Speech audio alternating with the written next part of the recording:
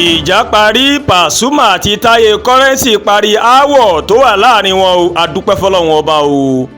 níṣe ni ó mà jẹ́ ìyàlẹ́nu fún ọ̀pọ̀ èèyàn pàápàá àwọn olólùfẹ́ orin fújì nígbà tí wọ́n gbọ́ pé nǹkan kò lọ déédé láàrin àwọn gbajúmọ̀ olórin fújì Alhaji Wasiu Alabi Pasuma àti Alhaji Táyé Àkàndé Adébísí tí ọ̀pọ̀ mọ̀ sí Táyé Currency. èyí mà rí bẹ́ẹ̀ nítorí ohun tí ọ̀pọ̀ mọ̀ tẹ́lẹ̀ ni pé bàbá sí ọmọ ni àwọn olórin méjèèjì máa ń ṣe kó tó di inú oṣù kẹwàá ọdún 2024 ní ọdún tó kọjá.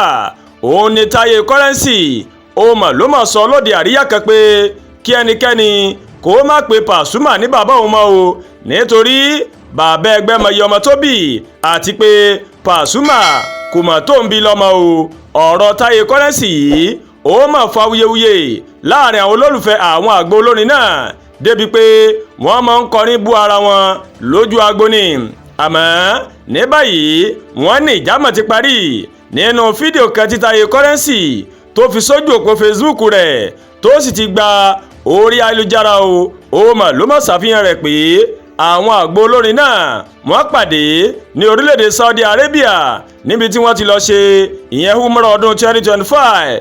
fídíò náà ṣàfihàn Táyé Currency tó wọ yàrá tí Pasuma jókòó sí tó sì ń bá àwọn olólùfẹ́ wọn sọ̀rọ̀ nípa aáwọ̀ náà. Táyé Currency ó mà tọrọ àforíjì lọ́wọ́ Pasuma nínú fídíò náà àmọ́ tó tẹnumọ́ pé Pasuma kò lè bí òun àti pé o ẹ̀gbọ́n mà ló jẹ́ sí òun. ó nìdí tí òun fi máa ń pè é ní bàbá òun níbi ó ṣe fa òun lọ́wọ́ sókè àti pé ẹni tó bá ti gbé èèyàn sókè bàbá ẹni ni wọ́n máa ń pè é ní ọ̀dọ̀ tiwa o.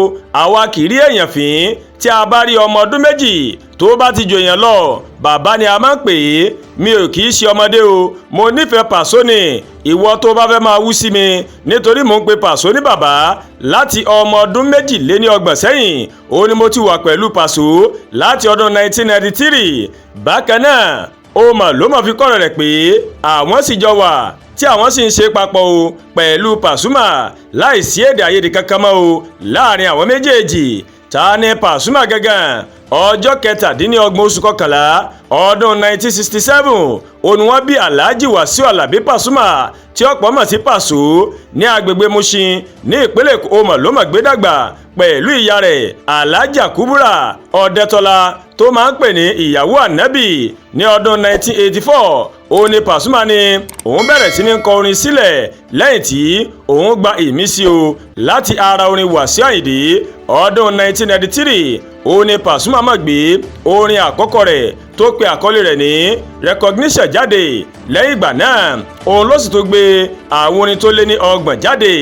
lágboolé fújì òdú ni Pasuma tí kì í ṣe àìmọ̀ fún olóko tó sì jẹ́ pé ọ̀pọ̀ àwọn olórin fújì ó ló máa ń fẹ́ ṣe bí òun náà. lára àwọn tó gbà fún Pasuma ni Táyé Currency tí òun náà jẹ́ àgbo olórin fújì. onírúurú àmì ẹ̀yẹ òun ni Pasuma ti gbà nídìí iṣẹ́ orin fújì. wọ́n ní ta ni Táyé Currency gan fúnra rẹ̀? Táyé Àkàndé Adébísí tí ọ̀pọ̀ mọ̀ sí Táyé Currency ó jẹ́ àgbà ọ̀jẹ̀ tí a bá ń sọ̀rọ̀ nípa orin fújì gẹ́gẹ́ bí ẹni tó wá láti ìdílé olórin. Táyé Currency ni ọmọ ọdún 17 ni òun wà tóun náà ti ń kọrin o. ọjọ́ 17 oṣù kejìlá ọdún 1974 ó ní wọ́n bí Táyé Currency ní ìlú Ìbàdàn. Táyé Currency ó máa ń fi àṣeyọrí rẹ̀ nídìí iṣẹ́ orin sọ iṣẹ́ takuntakun rẹ̀ àti ìrànlọ́wọ́ Wasiu Pasuma. ọdún 1999 òun ló gbé orin àkọ́kọ́ rẹ̀ tó pè ní Millennium jáde. adúpẹ́ fọlọ́n pé ìjà ti parí láàrin àwọn méjèèjì. àdúrà gba Olúwatóyìn ló ń kàròyìn sí létí o láti kàn ní Ẹ̀yà Yorùbá World TV. bẹ́ẹ̀ ṣe wò wá ẹ máa bá wa like ẹ máa share ẹ máa comment ẹ má tún gbàgbé láti bá wa subscribe lórí YouTube channel wa o kẹ́ wá bá tẹ notification bell láti lè máa mọ àwọn ètò alákòójọkan tó bá ti gorí ìkànnì yìí.